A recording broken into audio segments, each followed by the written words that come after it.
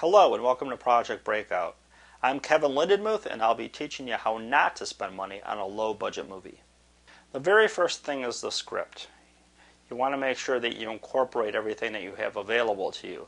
I mean, you're not going to write a script about a castle on an alien world, if you don't have that available to you and you're not able to do those effects. So, what you are going to have is you're going to have a house or a building.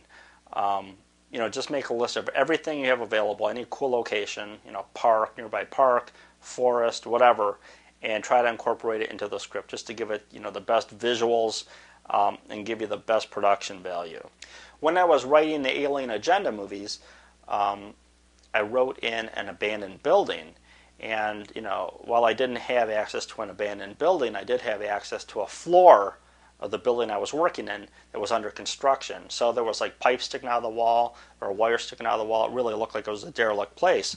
And, it was perfect. And it added a lot of production value to the movie.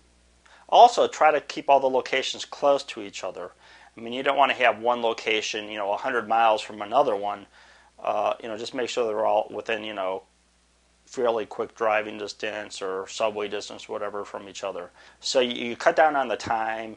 You cut down on the whole logistics of scheduling everybody to show up at a certain place and time, and it just makes things a lot easier. So basically, write for the locations that you have, and also try to keep those locations as few as possible. You're probably going to be shooting in video and digital. Digital tapes are pretty cheap, anywhere from $3 to $5 for a tape. You're probably going to be shooting about 20 tapes if it's a feature. In terms of equipment's become far less expensive. If you're not going to be buying a camera or an edit system, find somebody who has it. Exploit your local, film students at the local colleges.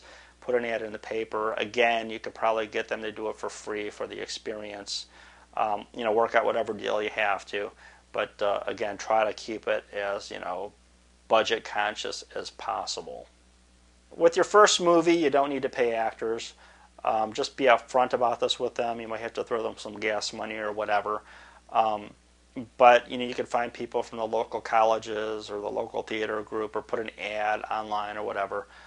Just be very clear and upfront and definitely have them sign release forms. With actors, you want to start with the most people first. So if you have a scene that has 10 people in it, you want to do those first because they're the most complicated and probably the hardest to do. So as a production goes on, you have fewer and fewer people. For example, if you have one actor who's in 3 scenes, and the scenes at the beginning, in the middle, and the end of the movie, well, you don't want to keep that guy hanging around for like 3 weeks. You only want to use him for a couple of days. So I would just try to coordinate those scenes he's in within the same couple of days so that he's pretty much finished early. So the plan is as the production goes on, you have fewer and fewer people you have to deal with. And that way it kind of ensures, any actor kind of bailing out at you at the last minute, because you don't want to have to go back and, have a scene where you shot with an actor 2 scenes and he's not available for the 3rd scene, which is necessary, and then you're going to have to go back and reshoot all those 3 scenes with a different actor. It's kind of a nightmare. So basically, it's kind of almost like an insurance of just, making sure that you get all their scenes, that they're done, and then you move on. Food is probably going to be your biggest expense, because a well-fed actor is a happy actor. If they're not getting paid, the least you could do is feed them. So just make sure that they're well-fed. You have snacks, soda, stuff to drink on the set. If you're shooting during lunch, take your lunch break, order pizza. And the best thing is to have the food delivered to the location, not to go to a restaurant or out to the location. That way it saves a bit of time. If you have any special effects or anything like that, you want to do them all at the beginning. You want to do the most difficult shots first, the ones that are hardest to get, the most intense, because you want it easier as the production goes on. You don't want to just leave it and go, oh, we'll just worry about that later. We'll just do that later. And then, when later comes, you're going to have all the stuff to do. So just knock out all the hard stuff first. The most difficult, the things that are going to take the most time, the most money, just so you get the most of your budget and make sure that you could actually do those things you need to do for the movie.